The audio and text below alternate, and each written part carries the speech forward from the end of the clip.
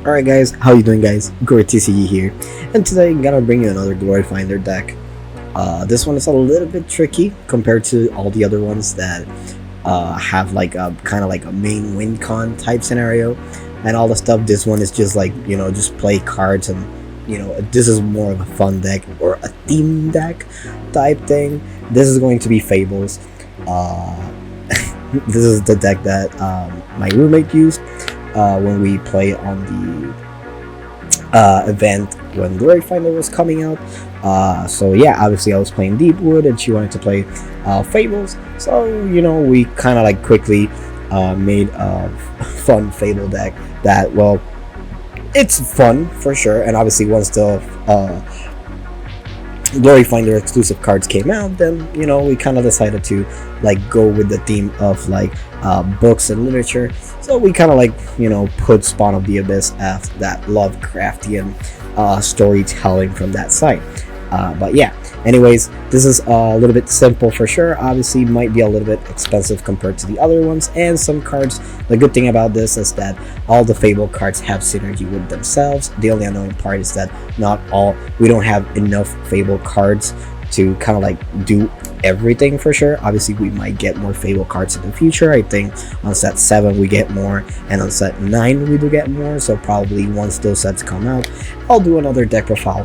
But yeah, anyways, without further ado, this is kind of like the Fable or literature theme deck. Obviously your leader is going to be Abysscraft. We just printed out a picture of Walt Disney. I hope this video doesn't get taken down because of Disney, but you can see here, obviously we're playing Abysscraft. I'm gonna put the leader to the side. We're playing Spawn of the Abyss. Spawn of the Abyss is pretty good. Every end phase, if he survives, each opponent discards a card, and then you draw a card.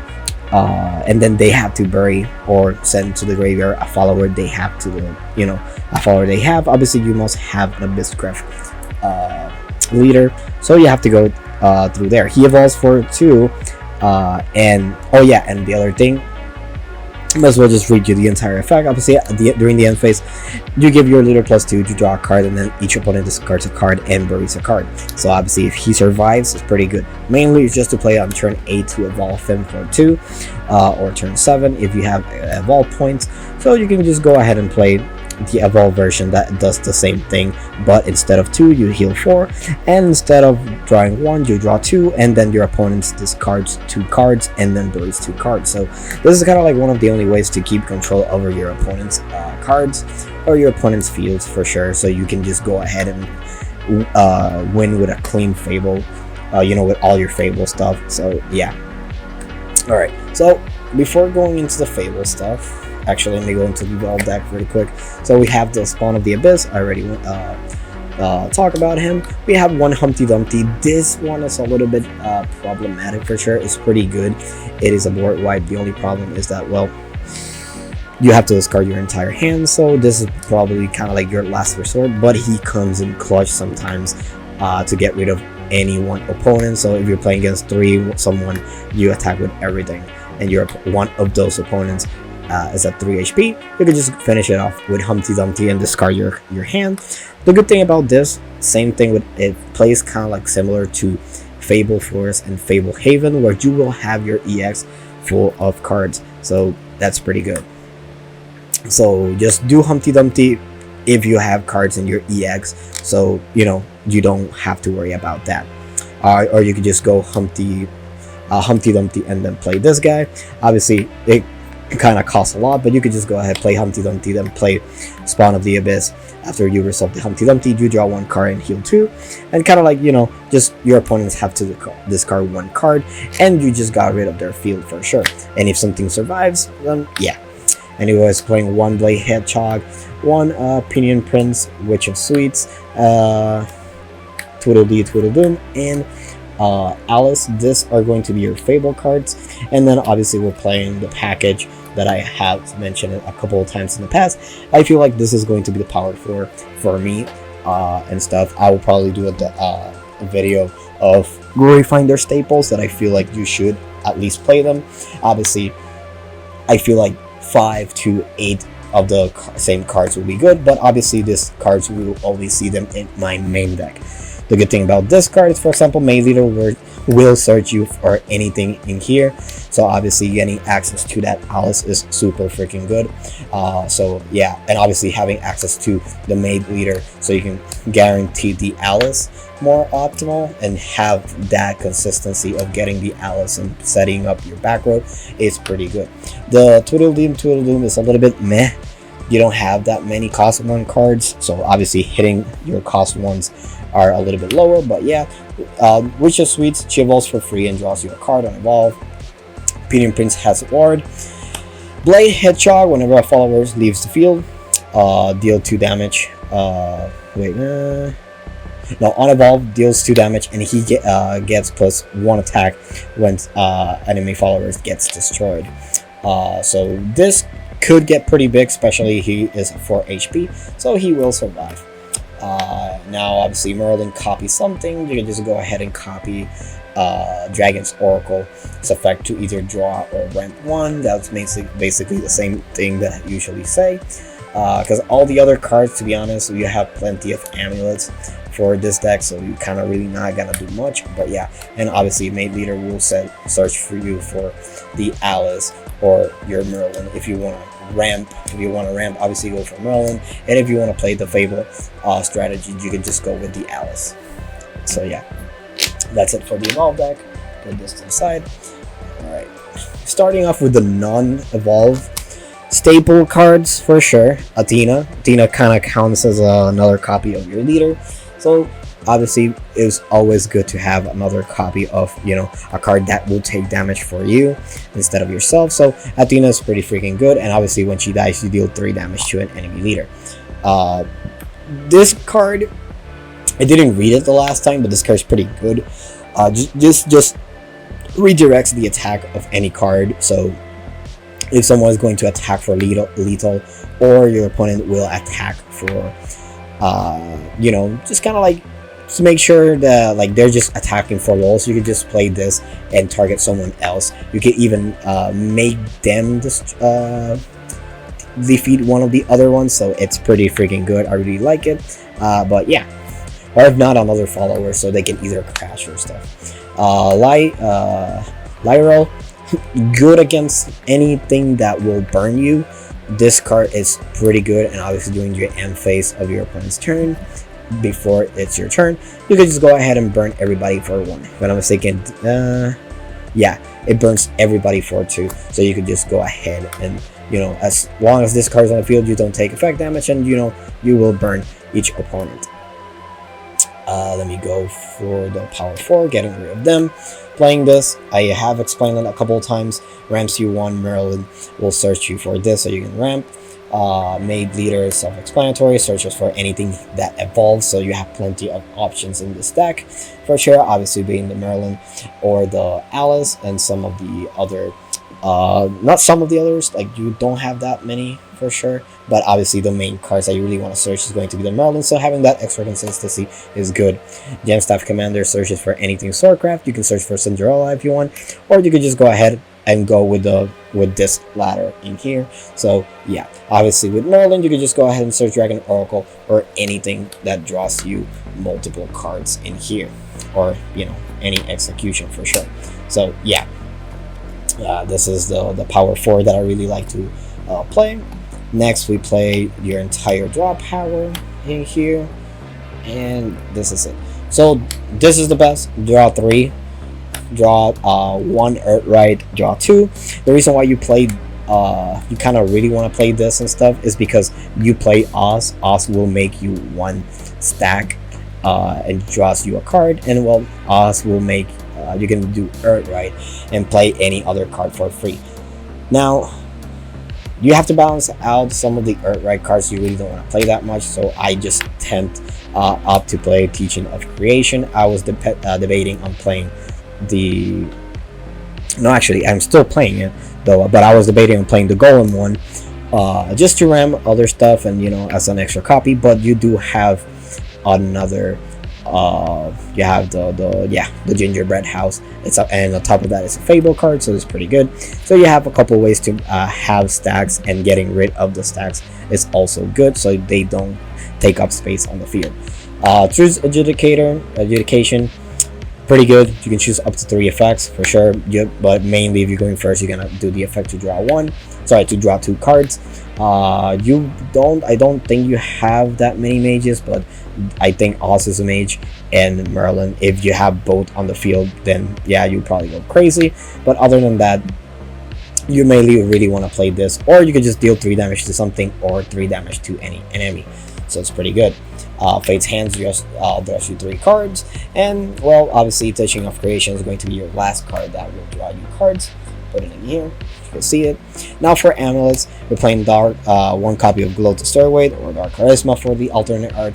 This will search you for your path to Purgatory or anything else that you need, probably even being Teaching of Creation, or any of the amulets, since you have plenty of amulets in here that you kind of really want to see. For example, Alice Adventures, that searches for your Alice, March Merry Tea Time, so you can kind of like filter through your deck.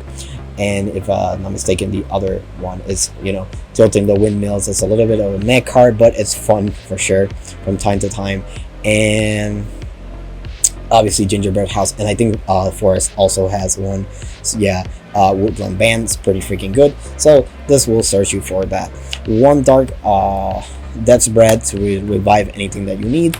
Golem's Protection. This has the effect to Earth Right, so you really want to place other stuff that will get rid of those stacks. 1 Execution and 1 Nature's Guidance. There are plenty of cards. This could be something else. I just opt for Execution since it can get rid of amulets for sure. And if I'm not mistaken, there are GloryFinder exclusive cards that are probably better than the Execution, but I don't think they are quick. So correct me if I'm wrong. Probably I'll read it, or I'll put it in the description if I find something better. And well, the Nature's Guidance could be anything else, but this is just an extra cost 1. So for kind of like the staple cards, you can kind of see here, I have 3, 4 of the cost 1. So Tweedledee and Tweedledum will probably get you access to any of those cost 1s. So you kind of see a little bit of extra consistency there. Obviously you'll probably whiff, but the odds are there. Tempest Degree is a board wipe, so I feel like this is better than the Dragoncraft one. But yeah, obviously the Dragoncraft one is kind of better because it's quick, if I'm not mistaken. But I don't know, for whatever reason, I really prefer Tempest Degree. So yeah, and that should be it for all the staples-ish or non-Fable cards. Now going into the Fable cards. Alice, Rapunzel, Actress Feria.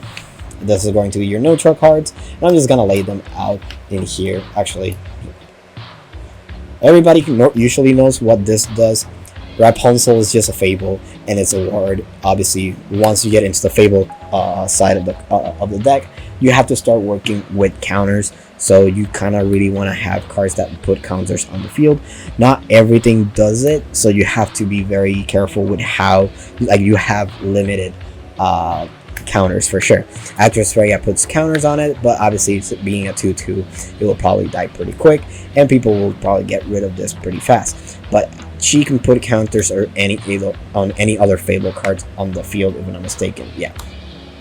Alice will move counters from side to side, so you can either and on play she gets a Fable counter, and on evolved you look at the top 4 cards of your deck and put 2 Fable cards into your EX area. So that's effect is actually pretty freaking good, and it's probably the one that will probably start getting this entire deck up and moving.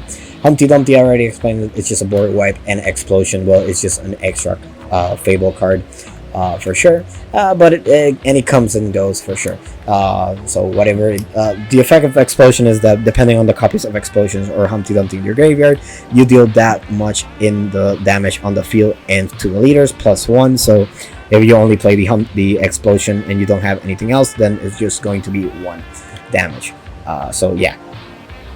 But obviously, if you have the Humpty Dumpty in the field or something, and later you draw into the Explosion, then just deal 2 damage. So yeah. Next we have for the Fable, for the Haven, we have Snow White is just a ward that keeps going up and down, depending on if she has a Fable counter or not. Alice Adventure will give any of your Fable cards Rush and Assail. If you sacrifice it, and on play, you search for any Fable card. So that will give you access to basically this entire chunk here. You can kind of see it's plenty of cards for sure. And obviously, since it's an amulet, you can search it with Stairway, the Globe to Stairway, or whatever the frick it's called. I forgot the name of it. With this one, Dark Charisma, or Globe to the Stairway. So yeah. Next, we're playing one Adept, White Swan. On play, gives everything on your field +2 and heals you 2. Sometimes this makes things very freaking big and annoying to get rid of. So yeah, pretty good, I guess. And on Last Word does the same thing. March Hare, Tea Time. On play, top 5. You can play any Fable that costs, if I'm not mistaken, yeah, Fable Follower that costs 5 or less to play. It's a little bit tricky because you are kind of like a little bit limited. You could, like, there are some cards that will not be able to be played, like Jabberwock, Oz, Dark Alice, Cinderella, and Beauty and the Beast. So those are kind of like the only cards that will not be able to be played, but everything else other than that should be played. The only annoying part is just whiffing. The other good thing about this card is that you can sacrifice it by paying 2 and then revive any Fable follower that costs, I think, 3 or less play points. Yeah, 3 or less play points for your drop. So yeah. Next, we're playing one Tin Soldier. Could be an alternate win con. This burns your opponent if you're removing a counter, and if you play from somewhere else other than your hand, it gets a Fable counter. One Pinion Prince. Put something from your graveyard into your EX and gives it a Fable counter. So you can just go ahead with the bread and butter of Haven, where if you have Tin Soldier in your drop, you can just go ahead and play Pinion Prince, put this into your EX, gets another counter, and then go ahead and play the Tin Soldier, and he has 2 counters. So yeah, pretty good, not too bad. So yeah, obviously there are plenty of options in here. Obviously this is just your Egg Haven stuff. When it gets complicated is, well, when you have all the other stuff that is, well, not Egg Haven. So yeah, some cards in here are simple. This does the same thing whenever an enemy follower is destroyed, give it +1 attack. This has Bane. If you control another Fable, draws you a card. This one is cool. If you control a princess, is basically for free. And the other, and it has 2 effects. Either you put up to 3 Swordcraft followers into your, from the cemetery into your deck, shuffle, and then draw a card. It's up to, so you know, you could choose 0 or you could choose 1, to be honest, and still draw that 1 card. But sometimes you might have princesses. For example, Snow White is a princess. Who else is a princess in here? Cinderella is a princess. And I think from here, I'm not sure if we have any princess, but you can kind of start seeing all the different possibilities for sure. If not, it's a cost 1. It's pretty good. So yeah, this one's, if I'm not mistaken, just give themselves counters and stuff. This one has a sale. It's always a good way to get rid of stuff. On strike, destroy something that has 5 defense, then draw a card and discard a card. So it kind of filters through your entire deck. Like Red Riding Hood, it's meh. If there's another follower in the Fable follower in the field, gets a counter. You can rest her, pay 1, and if I'm not mistaken, just destroy, remove the Fable counter, destroy something. It's the same as Magical Fairy Lilac, if I'm not mistaken. Yeah, it's kind of like the same effect. But yeah, and Cinderella is pretty good. When she has Storm, when she attacks, if she had a Fable counter, look at the top 4 and place something that costs 5 or less from among them, and put the remaining cards into your cemetery. So this could get you basically anything for sure. And the other effect is that if you have another Fable follower on play, she gets a counter. You kind of start seeing the pattern. So you kind of really want to have a Fable follower on the field when playing your big cards or stuff. So yeah. Alright, now going to the forest ones. So I can speed up the deck profile. I'm already halfway. I really don't want to make the deck profiles long.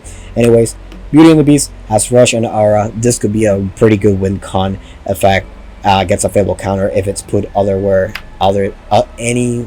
If you play it from your EX, if I'm not mistaken, from your Glory or for your graveyard, he gets a counter. You can pay 1, remove any Fable counters that he has. He gets +1/+1, and on top of that, you give him Storm. If I'm not mistaken, no, he gains Storm if you play it from otherwhere than your hand. So yeah, card's pretty good.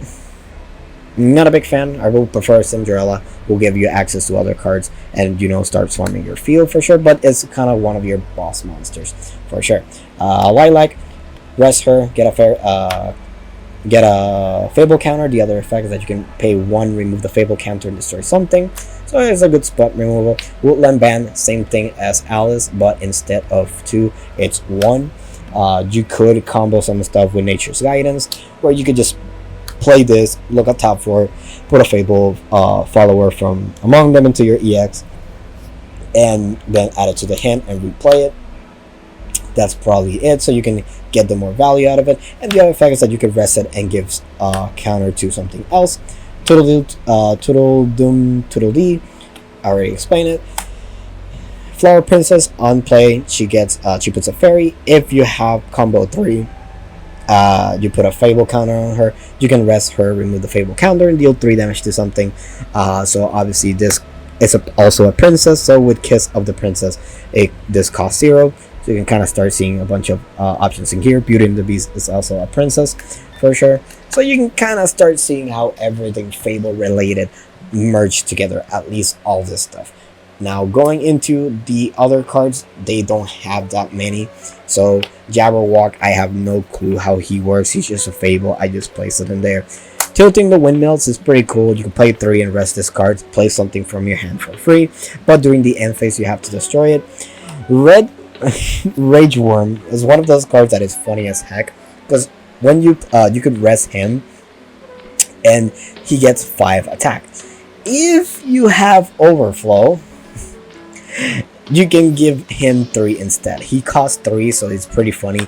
Obviously, once you play this, your opponents will try to get rid of this card as soon as possible. If not, this card can get big pretty fast and it's gonna be pretty funny. Now for the Runecraft, we got 1 Wizardess of Oz, Gingerbread House, and the Witch of Sweets. Evolves for free, and obviously once you evolve it, you draw a card. So it's just draw 1 in rush, so you can just get rid of something. Not the best stats for sure, but it's a Fable card. Gingerbread House, you heal 3 and it's a stack. Wizard of Oz, on play, you make a magic sediment and add a stack to it. And the other effect is Earthright. The next spell you play this turn costs 4 less to activate, so you can just go ahead and use the effect, and every other spell will cost 4 less. That's self-explanatory, but think wisely because you have very limited cards that give you stack. So yeah. Next, to round up the entire deck, this is the one card that my roommate was playing. Instead of playing the Spawn of the Abyss, she was playing Dark Alice. The only problem with Dark Alice is that every single time she attacks, you have to discard a card and banish the top 10 cards of your deck. So it's a little bit of a high cost card for sure, but this will basically get rid of your opponent's hands for sure if you have ways to crash her into something. She has Rush, so it's very, very freaking annoying. Dial Black Swan, oh lord. If you Necro charge 20, she gains Storm. And Fanfare, deal 2 damage to every leader and any other follower on the field. Necro charge 20, give her Storm. When she attacks, deal 2 damage to each enemy leader and enemy follower on the field. So this card by itself could just deal 10 damage to someone and basically 4 damage to everybody in one turn. So this card is super pretty good. It's probably one of your best boss monsters. So yeah. Furtive Fang, just choose something on the field. And when it attacks, it deals damage to something. Let me double check it. It gives the follower the effect that you can select an enemy follower on the field and deal X damage. X equals this follower's attack. So you could just basically pick something, attack with it, and it will just deal something to something else. So it's a good way to control the field. So yeah, this is all the Fable cards. Legit, they all have some good synergy, except this this is actually pretty good though. So yeah, this is just a funny card for sure. You know, but yeah, if you could even play this in a deck that everything has last word, so you could just basically go crazy with it by playing something for free, then it dies and you know you get value out of it after you attack and stuff. So yeah, this is basically the entire deck for sure. It is pretty fun. I am trying to get some content for GloryFinder, but sadly it's pretty hard to record 3 people playing the game. So yeah, but I am trying for sure. But yeah, anyways guys, that's it for the Fable deck. I'll probably do a couple other deck profiles for sure. I do have the Runecraft deck profile, a Runecraft deck profile from the structured deck, because I really like the Machina cards and stuff. So yeah, anyways guys, thanks for watching and peace.